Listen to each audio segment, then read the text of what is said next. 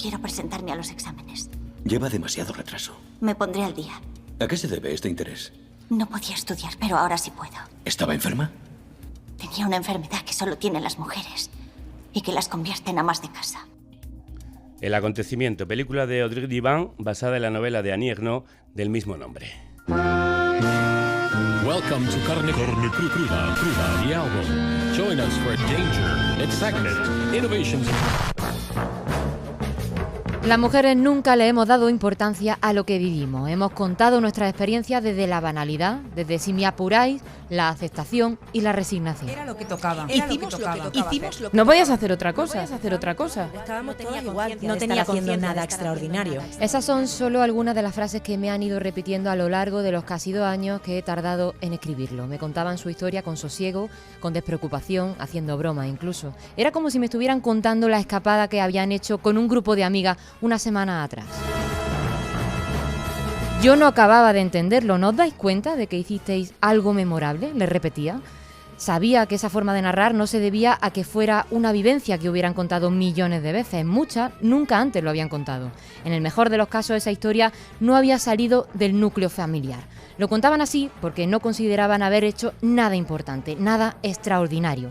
Otras ni siquiera han llegado a contarlo porque siguen creyendo que hicieron algo malo, algo reprobable. Hemos perdido gran parte de la narración de la experiencia femenina y feminista de nuestra historia reciente porque quienes las vivieron nunca creyeron que tuvieran el suficiente valor como para recogerla y contarla. Nunca hemos dedicado tiempo a contarnos porque se nos antojaba que hacerlo era perder el tiempo. Nuestra democracia está construida sobre el silencio de ellas. Lo dijo Rosa Montero. Hay una historia que no está en la historia y que solo se puede rescatar escuchando el susurro de las mujeres. Hoy vamos a escuchar el susurro de las mujeres que cuentan la historia secreta de quienes lucharon por el derecho al aborto cuando era ilegal en España. La historia de cientos de miles de mujeres que tuvieron que abortar a escondidas con perejil, ruda y objetos punzantes. La de un grupo de mujeres y hombres armados con bombas de bicicleta y botes de Nescafé que dieron un aborto seguro, poniendo su seguridad en riesgo. Hola, perdona que te interrumpamos. Somos Irene y Andrea, guionistas de Carne Cruda. Vamos, que preparamos los temas, Y hacemos las preguntas de las entrevistas. buscamos a las mejores invitadas. Y en general escribimos los guiones de programas como este que estás viendo. Nuestro trabajo es posible gracias a las personas que donáis a Carne Cruda. Por eso, si queréis que sigamos haciendo un podcast tan incisivo e independiente como este, entrad a carnecruda.es, pinchad en Hazte productor y dejadnos los monises. Disfruta del programa. Durante décadas, las mujeres españolas que quisieron interrumpir un embarazo se enfrentaron a varios muros: legal, sanitario y moral. Hasta 1985 cualquier aborto era ilegal en España. Daba igual si era un caso de violación, incesto, malformación o de peligro para la vida de la madre. Este 2025 se cumplen 40 años de aquella primera ley, con Felipe González de presidente, que despenalizó el aborto en España. Ha sido aprobado el nuevo Real Decreto que regula la práctica de las interrupciones del embarazo en España. Ninguna mujer va a sufrir o va a tener que afrontar consecuencias penales por el hecho de haber abortado. Pero antes, durante el franquismo y la transición, muchas mujeres españolas ya habían conseguido abortar. Lo hicieron en silencio, en pisos clandestinos, con hierbas abortivas, cruzando fronteras o arriesgando la vida. Pero lo hicieron. A la capital inglesa llegan mujeres de todo el mundo porque allí está permitido el aborto en los primeros meses de gestación. El régimen prohibió que las mujeres fuéramos dueñas de nuestros propios cuerpos. Todo estaba prohibido, también los anticonceptivos. Y además perseguido con duras penas de cárcel tanto para quien se sometía a un aborto como para quienes lo practicaban. Españoles, Franco ha muerto. La represión no acabó cuando lo hizo la dictadura. Tuvo que pasar al menos una década más en la que la gente se adelantó a las leyes y organizó la ayuda mutua. Madre de 3 hijos, desea abortar.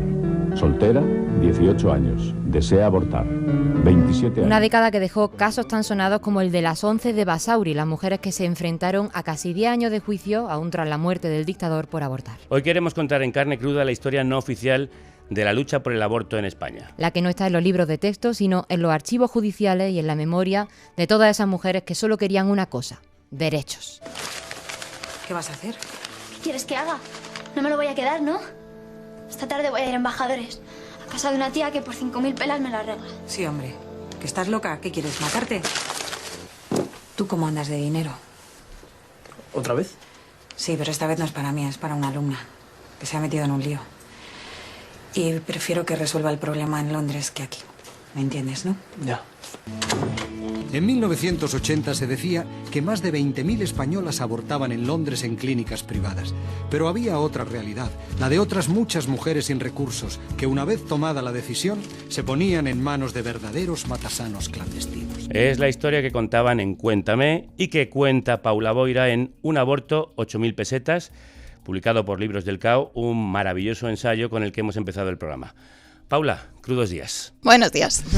Oye, a estas mujeres la ley las perseguía, la Iglesia las juzgaba y el Estado las ignoraba. ¿Cuáles eran las consecuencias legales de abortar durante el franquismo? Durante el franquismo depende un poco también del aborto que se hace, ¿no? O sea, por ejemplo, por la parte médica, los médicos que podían ayudar, ya fueran ginecólogos o fueran sanitarios, enfermeros, por ejemplo, se enfrentaban por un lado a la inhabilitación médica, no podían volver a ejercer la medicina, también a multas muy cuantiosas, obviamente dependiendo del grado, si habían completado ese aborto, si durante el aborto había muerto la mujer, las penas eran más graves, y por supuesto la prisión. Ellas más de lo mismo, prisión y multas. También es verdad que hubo un momento en el que se empezaron a introducir unos pequeños, mecanismos por los que podías reducir esta pena, ¿no? Que además son curiosos porque uno de ellos era si tú lo hacías, si tú abortabas para guardar tu honra, ¿no? Si, por ejemplo, te habían violado, ¿no? O un hombre fuera del matrimonio había tenido una relación contigo y tus padres, por ejemplo, buscaban a alguien que te hiciera un aborto para intentar esconder esa deshonra, bueno, pues entonces las penas eran menores, ¿no? Era un poco también penas morales en algún sentido. Sí, porque claro, la persecución efectivamente también venía del lado de la Iglesia. En 1941, solo 2 años después del fin de la Guerra Civil, el BOE publicaba la Ley para la Protección de la Natalidad contra el Aborto y la Propaganda Anticoncepcionista, con la que el régimen quería combatir el crimen social que el aborto provocado representaba. La norma era una copia de lo que se estaba haciendo en la Italia fascista o en la Alemania nazi. Las mujeres que lograron abortar durante la dictadura y durante la transición lo hicieron, como contábamos, en silencio, con miedo y con culpa. Era peligroso, Paula, no solo porque te podían pillar, sino porque podías morir. Tú has encontrado casos muy trágicos. ¿Cómo ha sido para ti contarlos? ¿Cómo eran esos casos? Esos casos, obviamente, muchas de esas mujeres ya no están aquí para contarlo. Entonces, lo que yo he hecho es buscar en los archivos judiciales, en los archivos policiales, donde se encuentran las sentencias, ¿no? De esas mujeres que, como bien dices, las pillaban. En algunos casos morían, y de hecho las pillaban precisamente porque había una muerte, había que investigar por qué había muerto esa mujer, y se descubría que había sido a causa de una complicación de un aborto. ¿Qué pasa? Que las que no morían muchas veces también se estaban enfrentando a problemáticas de salud crónicas, que estamos diciendo desde infecciones, estamos diciendo desde quedarse estériles, tener luego malformaciones en hijos que pudieran tener después, porque como tú bien dices son abortos que se hacían en unas condiciones que lo que al final se estaba intentando era interrumpir un embarazo, pero con mecanismos muchas veces que ni siquiera funcionaban en ese sentido. Por ejemplo, comentábamos el perejil. El perejil se considera una hierba abortiva, pero porque tú lo metías en la vagina y lo que causaba muchas veces era una infección. Y a raíz de esa infección era cuando se producía el aborto. También se utilizaba la ruda, que es otra hierba, exacto, que tenía efectos similares al perejil. La ruda, el azafrán también servían, ¿no? Por ejemplo, el azafrán, sobre todo, la ruda, lo que se hacía era se utilizaba en agua hervida como una infusión y se iba tomando. Entonces es un poco lo mismo, son hierbas que al final en grandes cantidades son tóxicas para el cuerpo. Entonces esas toxinas lo que hacían era provocar el aborto, pero no es que fueran abortivas en sí, sino que al final lo que estamos intentando es que el cuerpo tenga una reacción a esas hierbas tóxicas. Y luego había aún métodos más violentos, como eran los raspados con cuchillas y objetos punzantes como perchas y demás punzones. Sí, los mecanismos, digamos, más mecánicos, desde, bueno, yo he encontrado de todo, la típica aguja de punto, que yo creo que es lo que más se conoce en España, pero luego había desde mujeres que se ponían juncos, que iban al río y cogían un junco y lo metían dentro de la vagina simplemente para perforar el útero, plumas de paloma, cuchillas, como bien decías, de afeitar, cualquier cosa. Tú, para preparar este libro, has hecho decenas de entrevistas a mujeres, muchas anónimas, o que han preferido responder a tus preguntas con un seudónimo. Uno de los relatos que narra el caso de Carmen, una mujer que aborta con ruda en los años 60, que nunca se lo cuenta a nadie.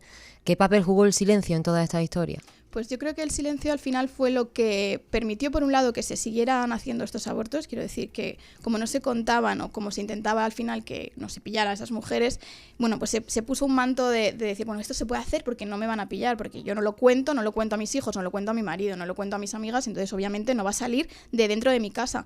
Pero al final lo que ha pasado con ese silencio es que lo que hemos hecho es ponerle capas de años encima a esos hechos, a las cosas que pasaron y al final cuando hemos querido contarlas, muchas veces o o ya no se acordaban, o ya no estaban aquí para contarlo, o eran cosas que habían puesto tanta preocupación encima, tanto miedo, tanta vergüenza al final, que bueno, pues eso, que no se quieren contar. Sin embargo, eran historias que estarían al alcance de cualquiera. Si nosotros preguntamos a nuestras tías, a nuestras abuelas, todas conocían casos. Aquella lo intentó de aquella manera, mira lo que le pasó a esta. Sí, y de hecho yo lo que me he encontrado es que cuando empezaba a hablar un poco de lo que yo estaba haciendo, la investigación que estaba llevando, ya fuera con amigas de mis madres, amigas de madres de mis amigas, o incluso compañeras de trabajo, siempre alguien me decía, bueno, pues es que yo tal año aborté, ¿no? No lo quiero contar, pero ¿a qué me lo has contado? Pues mira, sí, yo en tal año aborté y fue por esto y por esto y por esto. Y luego había una red de mujeres que compartían estos conocimientos, las aborteras, por supuesto que eran conocidas en pueblos y ciudades, pero supongo que tejían una red entre ellas.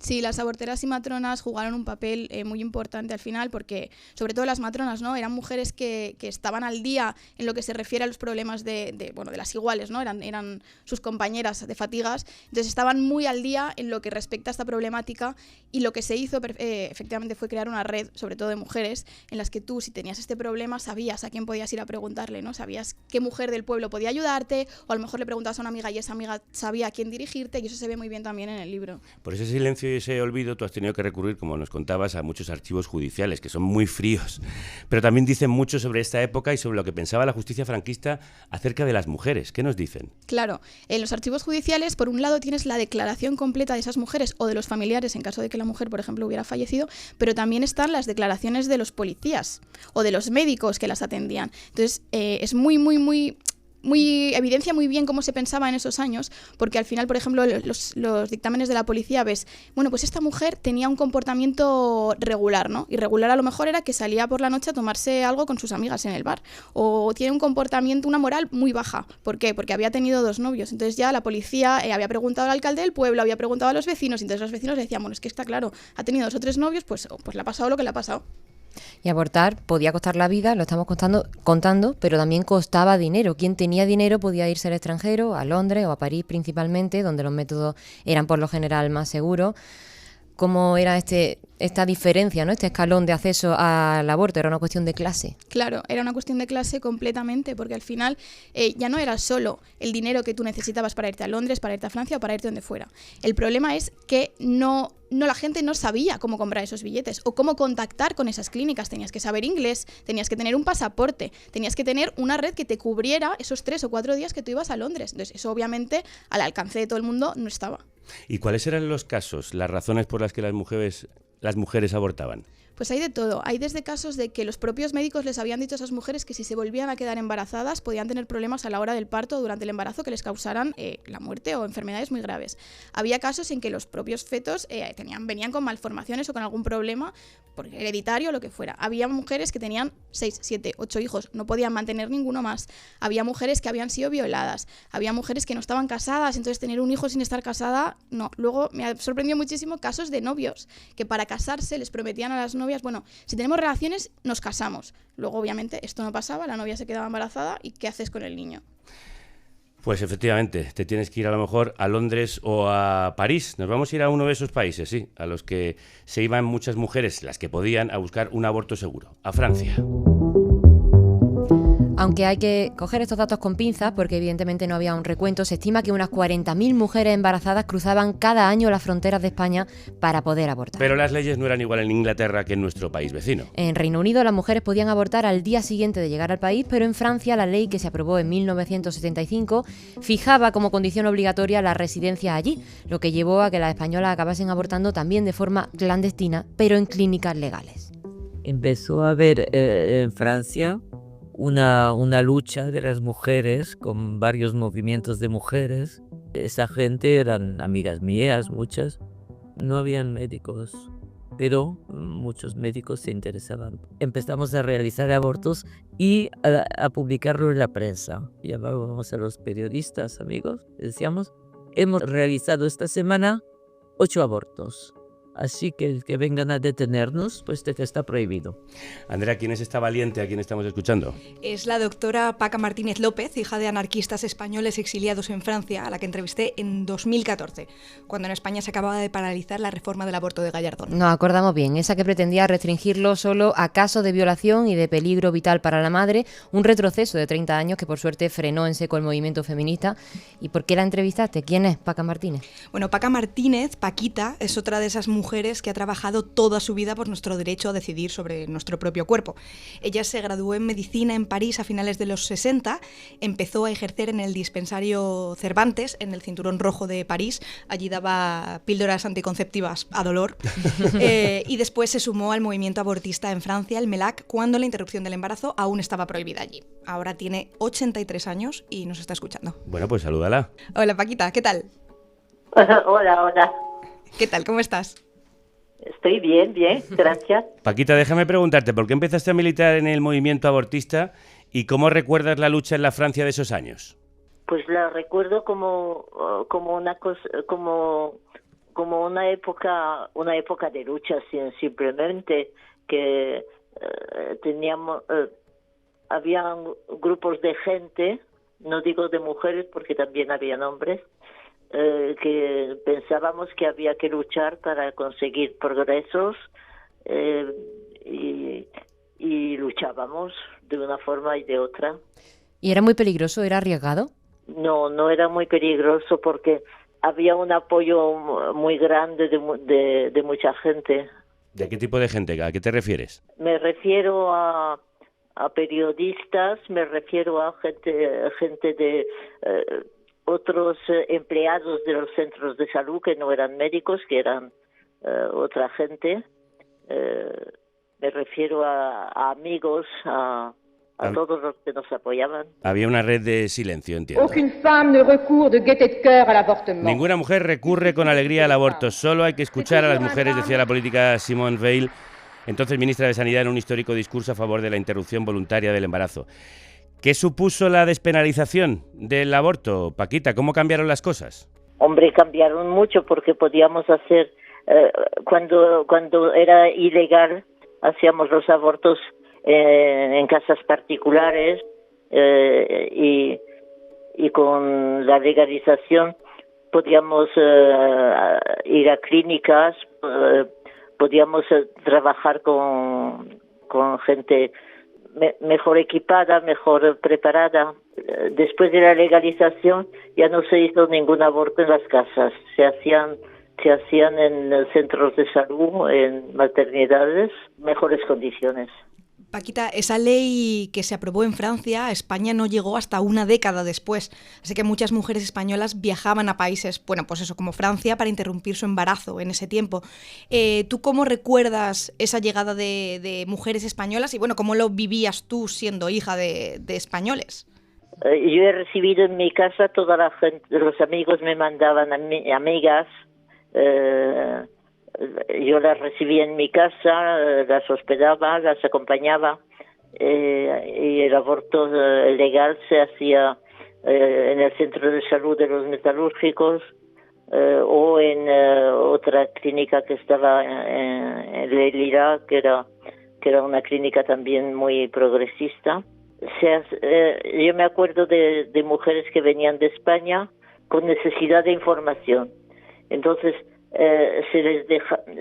se permitía, si la paciente estaba de acuerdo, que viera un aborto, que viera cómo se hacía. Y entonces me acuerdo de una de las mujeres que vino de España, que estuvo viendo cómo se hacía un aborto, y eso le ayudó mucho, pero luego cuando le hicieron el aborto a ella, no dio permiso para que se mirara su aborto. Esa chica me la recuerdo muy bien porque estuve hablando bastante con ella. No sabía muy bien por qué, pero no quería que se le mirara. Quizá por la vergüenza que entonces suponía para muchas mujeres españolas abortar. A lo mejor le daba vergüenza. Era muy complicado para cada persona. En realidad, todas no somos iguales. Había muchas mujeres que aceptaban que se les mirara como se abortaba y otras que no. pero no siempre daban las razones. Paca Martínez, muchísimas gracias, ha sido un placer escucharte y gracias por el trabajo que hicisteis. Yo también os mando un abrazo muy fuerte a todos y a todas.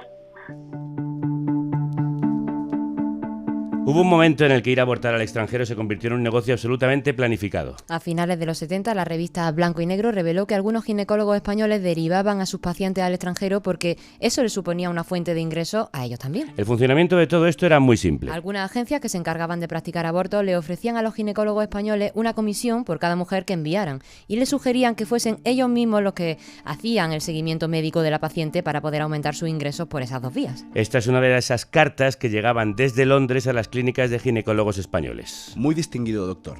Muy probablemente estará enterado de que hoy en día en Inglaterra, bajo ciertas condiciones, la terminación del embarazo está legalmente permitida. Nosotros estamos capacitados para llevar a cabo este tipo de operaciones privadas y confidenciales utilizando los servicios de cirujanos y ginecólogos en clínicas aprobadas por el gobierno. Nuestro servicio es individual y personal, realizado con la máxima discreción.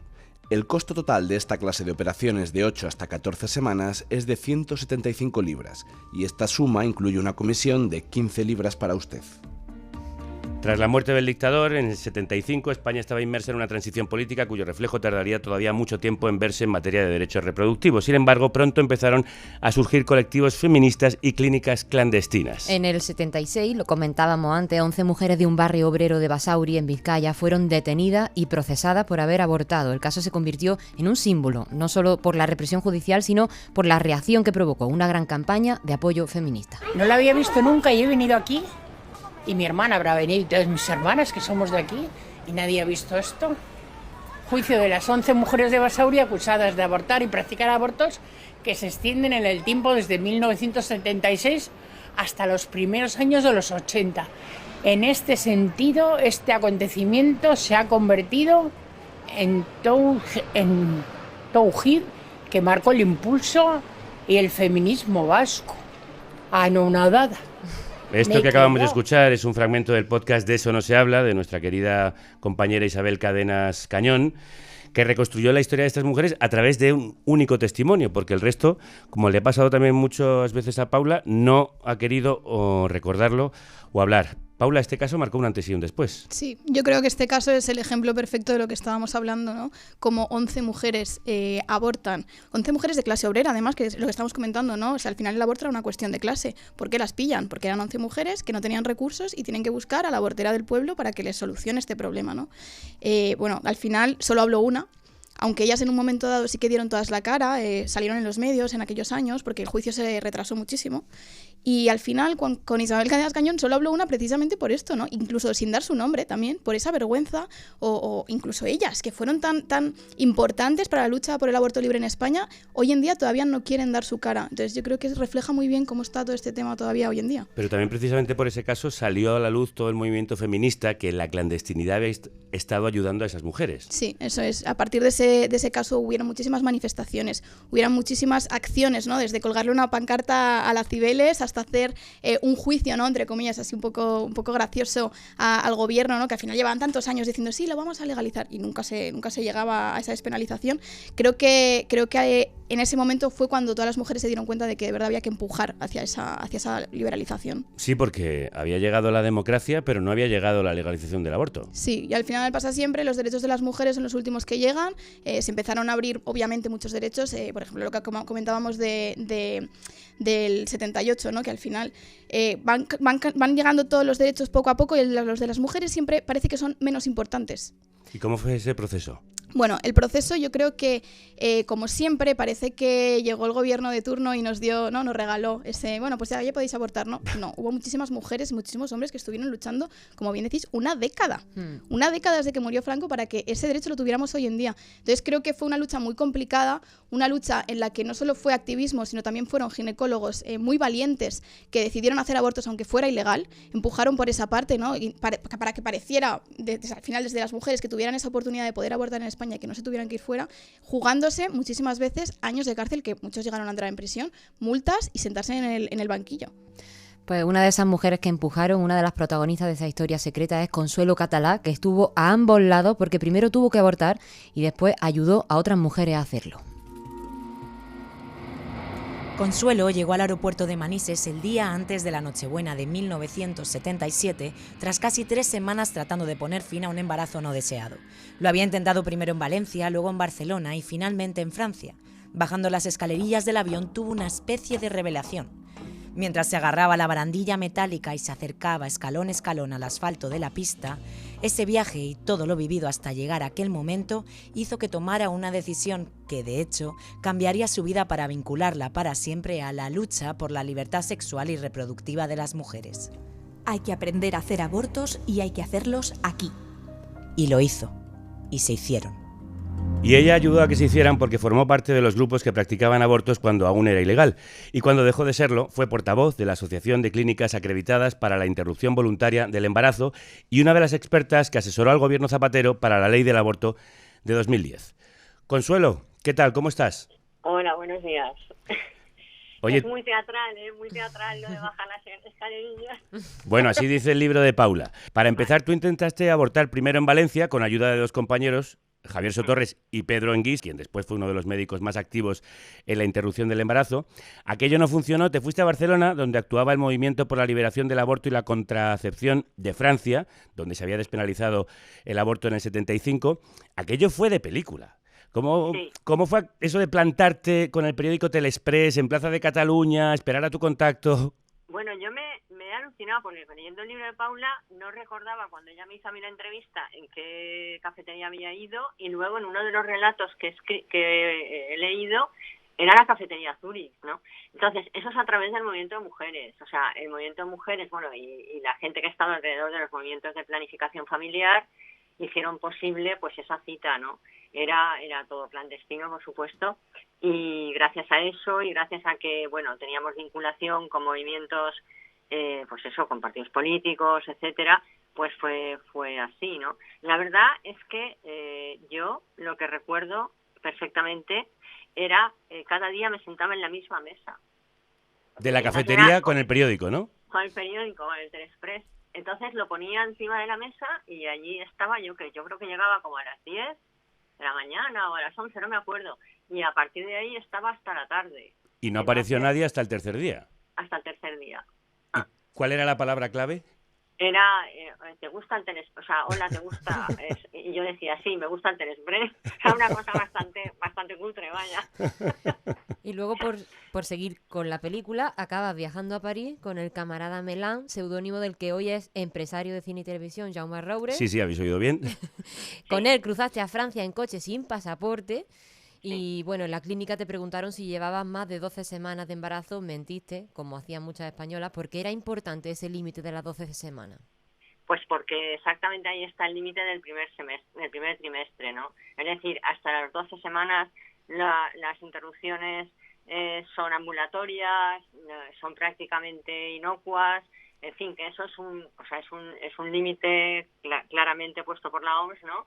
Y por toda la gente que trabajamos en este área, que sabemos que ahí se da un salto en que ya hay más peligro, entre comillas, ¿no? Para la mujer, y hay que tener como más equipo y más entorno médico, ¿no? Que lo que es un acto ambulatorio.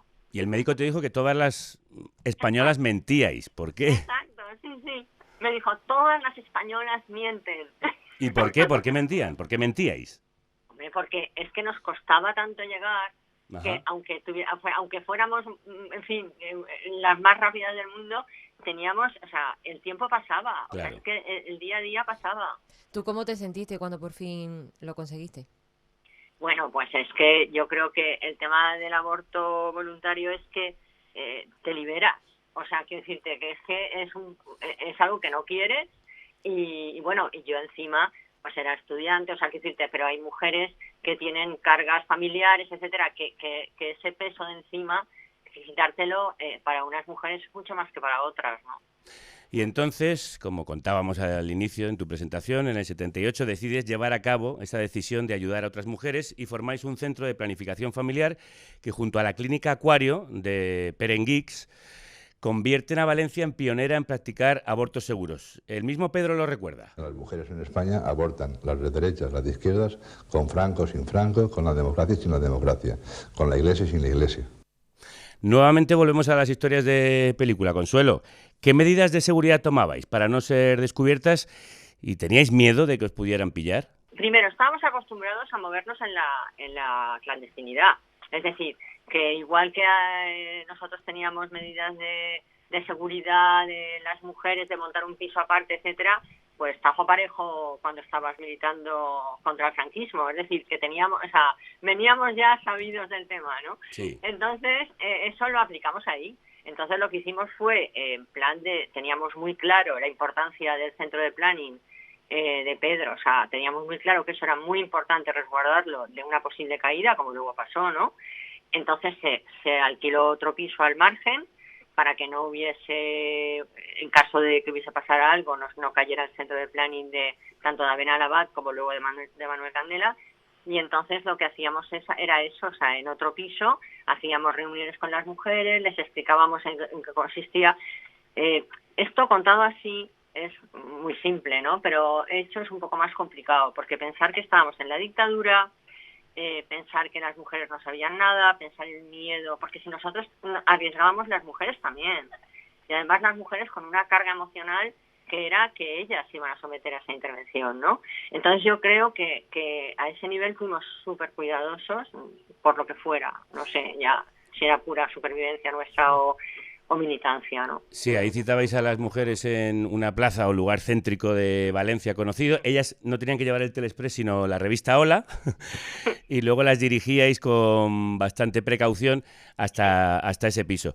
Oye, ¿cómo era la relación con ellas cuando llegabais al piso? ¿Cómo calmarlas? ¿Cómo hacerlas sentir a gusto? Pues mira, primero, yo creo que primero nos veían personas normales, porque eso es el rollo del simbolismo, ¿no? Uno piensa las aborteras, no sé qué, o sea, como todo muy siniestro, ¿no? Y muy tétrico.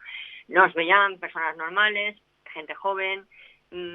Luego, es verdad que nosotros teníamos una complicidad importante con ellas, o sea, las tranquilizábamos, hablábamos de miles de cosas. Piensa que esas mujeres ya las habíamos visto antes en el piso. Las mismas personas que estábamos en el piso coincidíamos con el grupo en el momento de ir a hacer la intervención. Entonces había, yo qué sé, por un lado en la angustia, ¿no? de no saber qué va a pasar. También es verdad que como no dejábamos salir a nadie hasta que no acababa el último aborto, las mujeres iban saliendo y la gente se iba tranquilizando con el hecho obvio. Es decir, había entrado por su pie y salía por su pie. Sí, porque además el método que utilizabais, que antes lo citabas, el método Karman, era mucho más tranquilizador. Sí, claro. Lo montaste con una doctora francesa, Françoise Samoyol, que viajaba semanalmente a Valencia. Allí ponéis en práctica ese método, el método Karman, que constaba del siguiente kit: varias cánulas de plástico, una caja de desinfección, una bomba de bicicleta, un vacuómetro y un bote de Nescafé de 1 kilo. Las bombas de bicicleta funcionaban como aspiradores, mientras que en los botes de Nescafé se recogía lo aspirado. Y puede sonar rudimentario, de hecho lo es, pero era mucho menos doloroso y peligroso que las cuchillas, que los objetos punzantes que usaban algunas aborteras antes. ¿No había complicaciones con este método? ¿Cuánto duraba la intervención y cómo hacíais para que las mujeres pasaran ese trago lo mejor posible? Bueno, en principio lo del bote de Nescapital es porque nosotros no podíamos llevar aspiradores, o sea, era claro. Ahora mismo ese método se puede hacer tranquilamente en las clínicas, pero con aspiradores mecánicos, aspiradores ahora, ¿no? Entonces, nosotros lo que hacíamos básicamente era, también le relajábamos, o sea, le usábamos un Valium, yo no recuerdo bien, pero algo así como para relajar muscularmente, o sea, el cuello del útero es un músculo cerrado y lo que hay que hacer es relajarlo para poder introducir. Cuando te ponen un DIU, hacen la misma maniobra, ¿no? Es decir, te dilatan, lo que pasa es que te lo dilatan muy poquito, porque un DIU es muy poquito. Entonces lo que hacíamos era, hablar con ellas. Estábamos siempre, o sea, la persona que hacía la intervención hablaba con ella, y estábamos con ellas cogiéndoles de la mano, hablando de pues cómo estás, que cuántos hijos tienes, no sé qué. Sí, lo que llaman la anestesia psicológica. Eso. Sí, pero yo aprendí mucho, o sea, yo creo que nosotros tenemos un fondo, yo, no sé nosotros, yo sí, de haber tenido la transferencia de mujeres, pensar que es que han pasado 40, no sé, muchos años, ¿no? Entonces las mujeres primero había un nivel de analfabetismo importantísimo en este país, pues imaginaros eso a nivel de lo que son el conocimiento del cuerpo, ¿no? Bueno, ese fondo lo utilizaste, lo decías bien, hace 40 años cuando se despenaliza el aborto por primera vez en el año 85. ¿Cambiaron mucho las cosas entonces, Consuelo? ¿O siguió habiendo muchos problemas? Mira, yo creo que eso hay que ponerlo en dos planos, ¿no? Yo creo que cambió mucho a nivel social. ¿Por qué? Porque vosotros pensar que desde ese momento las mujeres iban a un centro de planificación público o a un hospital público y las derivaban directamente a una clínica acreditada. Por lo tanto, las mujeres no tenían conciencia, o sea, tenían conciencia de que estaba legal. No se iban a parar en la letra pequeña de está despenalizado solo en 3 supuestos, ¿no? Entonces, ellas tenían, socialmente, era una vivencia en la sociedad española como tal de que eso ya estaba legalizado, que no era verdad. Porque jurídicamente nosotros lo que padecimos fue, claro, incluso jueces progresistas, por decirlo de alguna manera, con la letra de la ley, aunque no quisieran, tenían que abrir diligencias. Y cuando se dice abrir diligencias, significaba llevar la historia clínica, llamar a la señora, llamar al médico, llamar al no sé qué. Y eso luego, desde luego, la mayoría se archivaban. Pero es que si no, eso ya era un desastre, ¿no? Un desastre para la que le tocaba. Bueno. Yo, por ejemplo, os puedo contar, pues, como en la clínica Acuario, la de Enguix. Sí, de Pedro, o sea, por ejemplo, una señora no paga el alquiler, es que son cosas muy heavy. Yo cuando hicimos la comisión de personas expertas de la ley del 10, la gente que estaba sentada alucinaba. ¿Cómo es esa historia que contabas? Por ejemplo, o sea, una persona que no paga el alquiler, ¿vale? Y entonces la señora pues van al juicio que corresponda o harán, ¿no? Y entonces la que alquila dice, sí, no tiene dinero para pagarme, pero sí, para un aborto. Entonces, automáticamente se tenían que abrir diligencias para comprobar que el aborto estaba en los 3 supuestos despenalizados. Entonces, sí o sí. Es decir, luego archivarían o no. Y luego ya, claro, por supuesto, estaban los jinetes del apocalipsis, ¿no? Que iban directamente a por las clínicas y entraban y se llevaban las historias a los médicos y a todo el mundo, ¿no? Para ti, Consuelo, ¿qué ha sido lo más satisfactorio de toda esa lucha que tú has mantenido? ¿Hay algún caso que recuerdes especialmente? Pues mira, yo, el que le conté a Paula de la mujer que le faltaba un riñón, que fuimos Pedro y yo a su casa, eso... tuve que convencer mucho a Pedro, ¿no? Porque era verdad que era salir de nuestro entorno, o sea, dentro de, entre comillas, de nuestro espacio de seguridad, ¿no? Pero es que yo a esa mujer la recuerdo perfectamente. O sea, era una angustia, o sea, era 3 niños, el marido ni lo sabía, o sea, era una cosa que yo le dije a Pedro, por favor, vamos a hacerlo, vamos tú y yo solos. O sea, no vamos con nadie más, pero es que esta mujer no la podemos dejar. O sea, ese es otro problema que teníamos, ¿no? O sea, la empatía es que nos implicábamos mucho y teníamos que tener también la cabeza bastante fría, ¿no?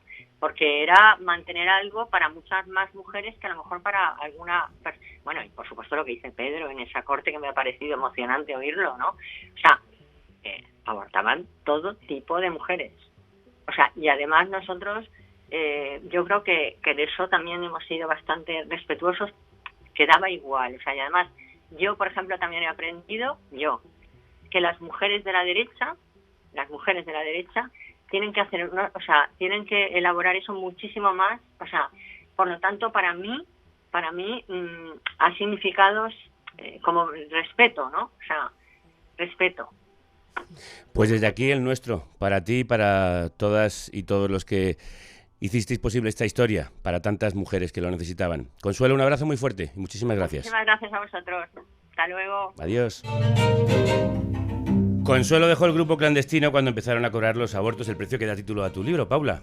8.000 euros por cada aborto. ¿Por qué era ese precio? 8.000 pesetas. Sí. 8.000 pesetas, perdón. Sí. Sí. Pues mira, era un precio que ellos intentaron. Obviamente había que comprar material, había un piso, ¿no? Que se pagaba un alquiler, había un teléfono al que las mujeres llamaban para concertar esas citas, y luego había personas que estaban implicadas al 100%, es decir, no tenían otros trabajos, simplemente se dedicaban todos los días a ofrecer este servicio. Entonces, bueno, pues se puso un precio un poco simbólico en el sentido de que era un precio bajo, que se podía pagar, y muchas veces cuando la mujer no tenía recursos, o pagaba lo que podía o no pagaba pasaba nada. Y además hubo quien pasó de ser un voluntario a ser ya un trabajador de estas clínicas clandestinas. Exactamente, como comentabais, se iba a pisos de las mujeres, ¿no?, que iban a abortar, pero muchas veces la voz se corrió tanto que a Valencia iban mujeres de toda España, ¿no? Entonces, muchas veces había mujeres que no podían poner su piso precisamente porque no vivían allí, con lo cual se tuvo que buscar una red de colaboradores que de vez en cuando dejaran sus pisos para poder hacer las interrupciones, que después pasaron a ser precisamente los que hacían los abortos también. ¿Y era un secreto a voces? ¿También había una cierta ley de silencio? Sí, por lo que cuentan todos, había un cierto colaboracionismo, ¿no? O sea, al final se sabía que en Valencia se podía abortar de manera más o menos segura, pero al mismo tiempo la policía no estaba haciendo esos registros o esas pesquisas, como sí que pasó más adelante, que sí que es verdad que hubieron muchos registros, muchos ginecólogos acabaron en prisión o con multas, pero en ese momento, yo no sé por qué, es verdad que había como un poco de silencio, un pacto de, bueno, no vamos a entrar tampoco aquí, ni vamos a decir nada, pero la gente sí que sabía que allí se hacían abortos. Y a partir de 1985, cuando se despenalizó el aborto, los problemas siguieron existiendo para quienes querían dar ese derecho recién reconocido a las mujeres. ¿Qué persecuciones judiciales y sociales sufrieron? Exactamente. Hubo un problema, como bien decís, es que en los 3 supuestos quedaba fuera uno de los supuestos más importantes, que es el de quiero abortar porque necesito abortar, porque socialmente yo no puedo tener ese hijo, ya sea por dinero, ya sea porque no tengo capacidad, por lo que sea. Entonces, lo que se empezó a hacer es en el supuesto de salud para la mujer, es decir, el que acarreaba un peligro, en principio físico, para la salud de la madre, se empezaron a meter casos en los que se consideraba peligro psíquico. Entonces, ¿qué pasa? Que muchos de los abortos que se hacían realmente no estaban dentro de los 3 supuestos, sino que se habían puesto en este tercer supuesto de peligro para la madre, un poco para intentar solventar todos esos casos que se quedaban fuera de la ley.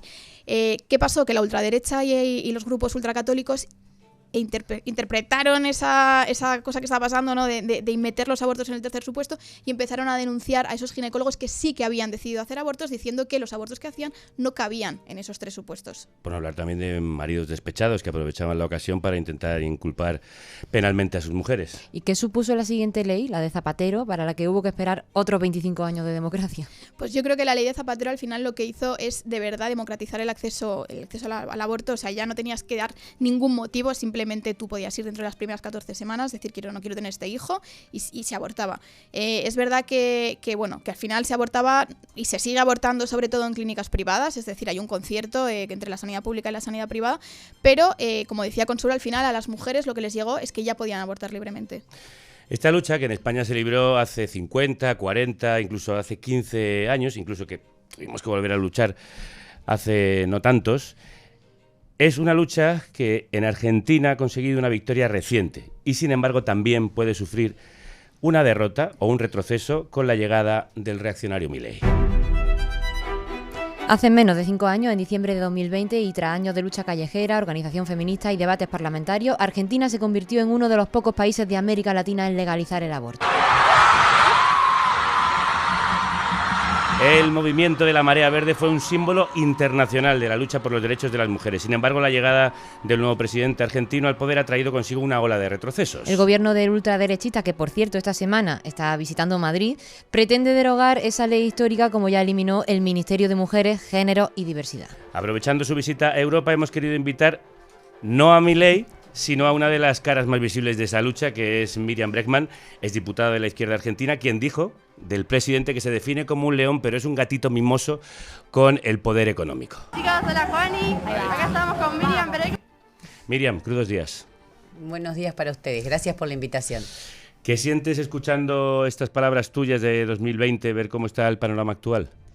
Bueno, la verdad es que para nosotras, para las disidencias sexuales, toda la experiencia que vivimos con la lucha por el aborto es una experiencia de muchos años, sobre todo la que ya tenemos más años, y nos deja una experiencia enorme. Comentaba en las charlas que estuve dando estos días que la primera foto que tenemos de cuando se presenta el primer proyecto por el aborto legal, seguro y gratuito es la foto de alguna de las dirigentes de la campaña por el derecho al aborto. 2 compañeras de izquierda, una fundadora de nuestra agrupación Pan y Rosas, Nora Cortiñas, una referente de Madres de Plaza de Mayo, y alguna persona más, y nada más. Era un grupito de personas en un país donde la incidencia de la Iglesia Católica es muy grande. Luego tuvimos el Papa argentino, entonces ya era, bueno, nunca les va a tocar, olvídense. Déjenlo estar. La historia conspirando contra las mujeres argentinas. Imagínate cómo, no, esto no puede pasar. Los partidos tradicionales de Argentina, el peronismo, el radicalismo, luego el partido del PRO, el de Mauricio Macri, que fue presidente, muy en contra, aunque todos tenían alguna por abajo, alguna diputada o diputado que te acompañaba, pero te decían esto no se puede, no va a salir de un cajón, era algo muy explícito. Y de aquella foto inicial se fue construyendo un movimiento enorme por el derecho al aborto legal y llegamos a lo que se conoció como la marea verde. Claro, ¿y cómo se llega de ese momento en el que sois 4 a esos miles, cientos de miles de personas? Con persistencia. Desde el punto de vista legislativo, la ley tiene una particularidad muy, muy importante, que es una ley construida en la calle.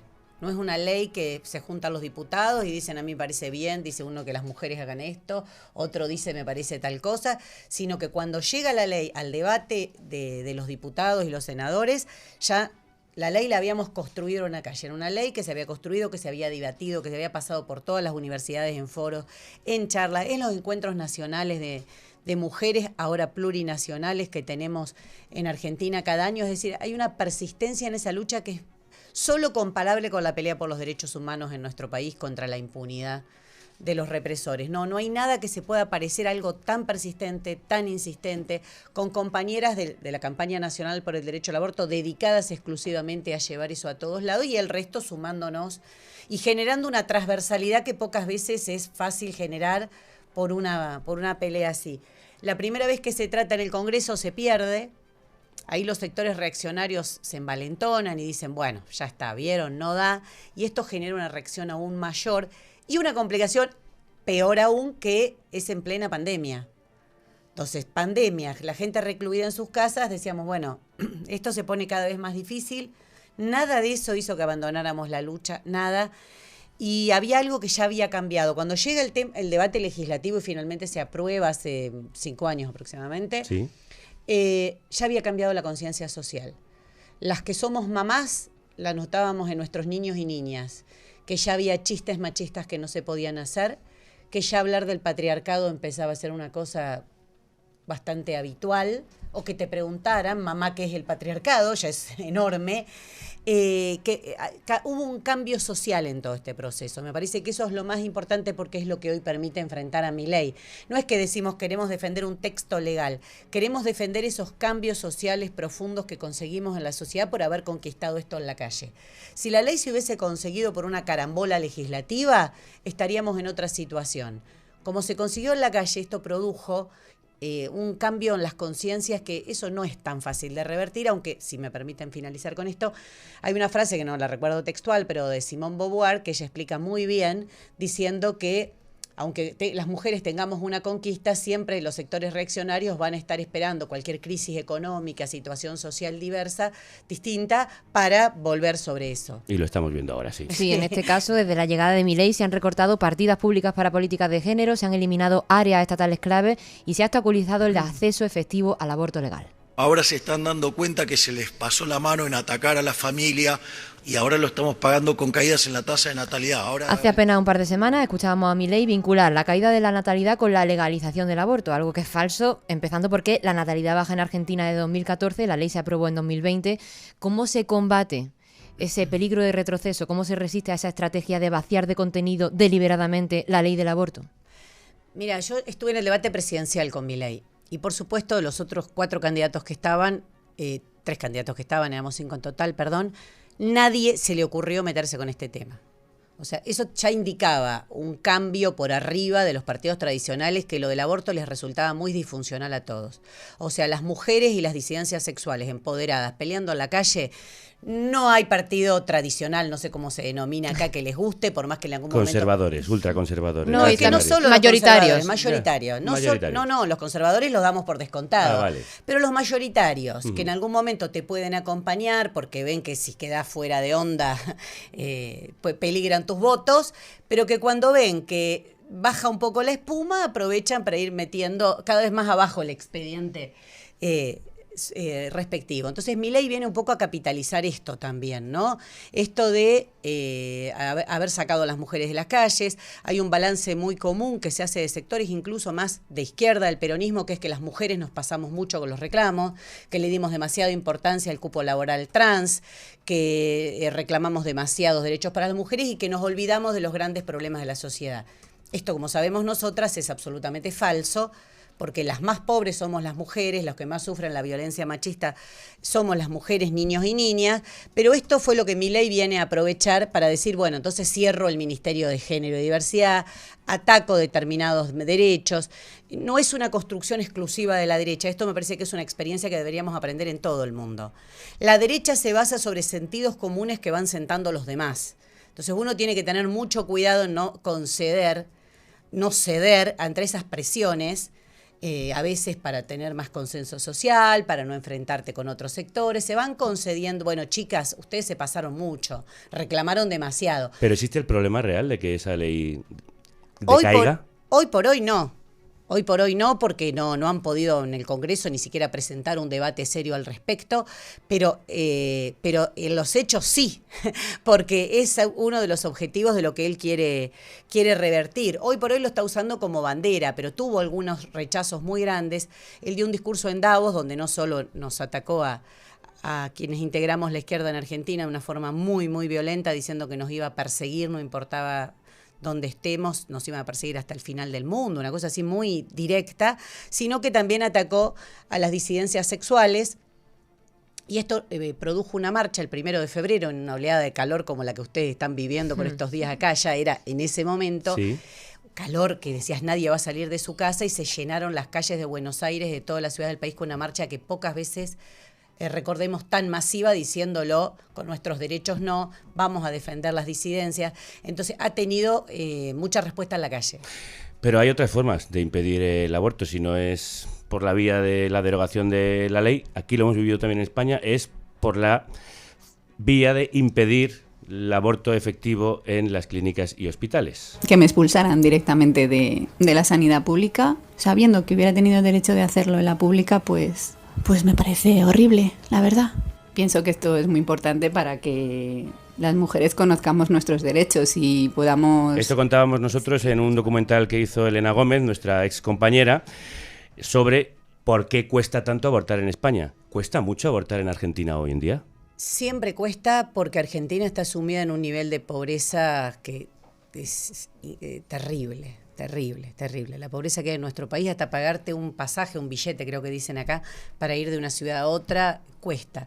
En la Argentina, los sectores conservadores siguen haciendo mucho lobby para que los abortos no se realicen. Más bien se ubican por distintas provincias, acá serían regiones, entiendo. Sí. Según el lugar, la accesibilidad es una u otra. Y creo que por eso es muy importante que se unifique la pelea con los trabajadores de la salud. Para mí, lo mejor que hace la derecha es dividir las peleas, hacerte creer que cuando una enfermera o un médico está peleando por el sistema de salud, es su pelea, y que las mujeres no tenemos nada que ver, o que los movimientos de mujeres no tenemos nada que ver. Al revés, nuestro planteo desde Pan y Rosa, desde mi partido, el PTS en el Frente de Izquierda, es que esas luchas hay que unirlas, porque eso es lo que nos da la fuerza, sentir que si esas enfermeras y esos médicos tienen buenos salarios, tienen posibilidad de defender el hospital público, nosotras también nos vamos a ver más seguras y más beneficiadas a la hora de recurrir a la salud, y más hermanadas en la pelea. Entonces, hoy una gran traba que se está dando en Argentina, producto de las direcciones sindicales que tenemos, que están dándole un tiempo no enorme a Milei, le están regalando un tiempo espantoso para que aplique su plan, es que las luchas se dan muy por separado. No es que no hay luchas, a veces se piensa que Milei avanza en Argentina, no, es increíble la cantidad de luchas que hay. Yo siempre digo, invito a ver mis redes sociales y van a ver que todos los días participo de una movilización, de una marcha, y huelga del transporte, en estos días huelga de los trabajadores de la salud, las mujeres y las disidencias realizamos estas movilizaciones que mencionaba, movilizaciones universitarias, pero desunidas. Entonces, eso es la tarea que tenemos en este momento, es unir eso. Precisamente, ¿qué otras conquistas son hoy frágiles en tu país, más allá del aborto? ¿Qué otras luchas ante la ultraderecha mantienes hoy en tu agenda, que te trae de hecho por aquí a España? Todas. Es fácil la respuesta. No queda una. ¿Tenéis tiempo? Claro, puedo quedarme un buen rato contándoles, porque es la derecha trumpista de Trump, es la derecha que viene con un símbolo a la motosierra, Algunos creyeron que de verdad él decía que venía a achicar al Estado o al destruir el Estado por adentro. Esto es mentira. Lo que vienen es a reestructurarlo aún más a un Estado capitalista muy degradado como el de la Argentina, que la población ve que no tiene respuestas cuando necesita salud, cuando necesita educación, cuando tiene cualquier problema social. Milei viene a recortar precisamente las partidas sociales, las partidas que van destinadas a políticas de género y a reforzar la represión y los puntos, lo que sería la bicicleta financiera, le decimos allá, no sé cómo le dicen acá, pero dedicarle mucho dinero al capital financiero internacional que está haciendo unos negocios impresionantes en nuestro país. Es récord en la tasa de interés en dólares que sacan porque traen dólares, lo ponen a tasa de interés en Argentina, que es alta. Milei les garantiza que cuando quieran irse el dólar va a seguir estando estable, es decir, no va a variar, y con eso están haciendo unos negocios que es un paraíso. Entonces, no es que destruye el Estado desde adentro, lo reorganiza para concentrarlo para los sectores más poderosos. El gatito mimoso dejándose acariciar. Dejándose acariciar. Has estado escuchando la historia de la lucha por el aborto libre en España. ¿Se parece en algo a lo que pasó y ha pasado en Argentina? Lo que ella contaba, todo. Sí. Todo es muy parecido, muy parecido. Los mismos enemigos, los mismos sectores, los mismos que te dicen ustedes no reclamen tanto, los mismos que te dicen va a ser imposible. Creo que es muy parecido y creo que lo que nos hermana siempre en esta pelea es que todas sabemos que no podemos bajar los brazos, que donde nos descuidemos un minuto van a venir por ese derecho, porque en el sistema capitalista el patriarcado es parte esencial. El trabajo no pago de las mujeres, las tareas de reproducción social son parte esencial. No hay capitalismo que funcione sin eso. Entonces, el derecho al aborto es un engranaje para mantenernos sometidas, pero es un engranaje de una maquinaria mucho mayor donde se nos demuestra que ustedes están para ser oprimidas, están para mantener la familia. No me acuerdo cómo es la frase que utilizó Milei, que es muy gracioso porque es una persona que siempre no se le conoce familia más que su hermana, o sea, no parece muy familiero. Y su perro que tampoco sabemos cuánto. Ahí tenemos un dilema en Argentina que no hemos podido resolver. Yo te puedo contar cuántos hijos e hijas tengo, él no te puede contar cuántos perros, es extrañísimo. La prueba de que ese es un derecho por el que llevamos todas luchando muchísimo tiempo en silencio o hablando de él, lo están comentando ahora nuestra oyente en Twitch. Teresa Maravella está diciendo: en mi caso no íbamos a un piso en concreto, las activistas prestábamos nuestros propios pisos para hacer la intervención. Lola Fuentes nos dice: en Barcelona trabajábamos en los pisos que ponían las mujeres a través de la planificación familiar de los barrios, uno de ellos el casco antiguo de Barcelona, y la letrera nos cuenta que ella abortó en Dator. La experiencia, 28 años, y aún recuerdo las voces antes de entrar. No nos tocaron las agujas de punto o irse a Londres, pero siempre la criminalización de ejercer tu libertad. Así que, Paula, terminamos contigo. ¿Crees que hacer memoria ayuda a construir un mejor futuro, a ser más fuertes en esas peleas de las que estamos hablando con Miriam? Sí, hacer memoria es súper importante porque sobre todo hay una generación que no hemos vivido con ese miedo, o sea, no hemos tenido que vivir esas historias, ¿no? Entonces yo creo que es algo que nos pilla o nos parece que nos pilla muy lejano, pero creo que precisamente en Argentina hubo un movimiento cuando se empezó todas las manifestaciones, ellas contaban, sobre todo en redes, cómo habían sido sus abortos, ¿no? Sí. No hace tanto tiempo. No hace tanto tiempo. Aquí parece que hace mucho tiempo, pero es que no hace tanto tiempo. Entonces creo que es una manera de adquirir un poco ese miedo o ese respeto a lo que puede venir y luchar para que no venga. Paula Boira, Miriam Bregman, muchísimas gracias a las dos. Muchas gracias. Gracias por la invitación. Pues después de las historias reales que parecen de película de hoy, mañana volvemos con una gran película premiada por el jurado en el último Festival de Cannes. Nos visita uno de los directores españoles más prestigiosos del mundo, el gallego Oliver Laxe, para presentarnos Sirat. Y hoy nos han visitado un montón de amigos y amigas que creo que han escuchado con mucha atención y emoción lo que hoy se contaba, porque por la edad que tienen sé que lo han vivido de cerca, seguro en círculos, igual también personalmente. Ya sabéis que si queréis venir a esta República Independiente de la Radio, escribid a productores@carnecruda.es, y que os agradecemos siempre que recomendáis o comentáis nuestros programas en la plataforma en la que nos escuchéis. Pues ya nos vamos, ¿no? Venga, mañana más. Hasta entonces, salud y república. Y que la radio os acompañe.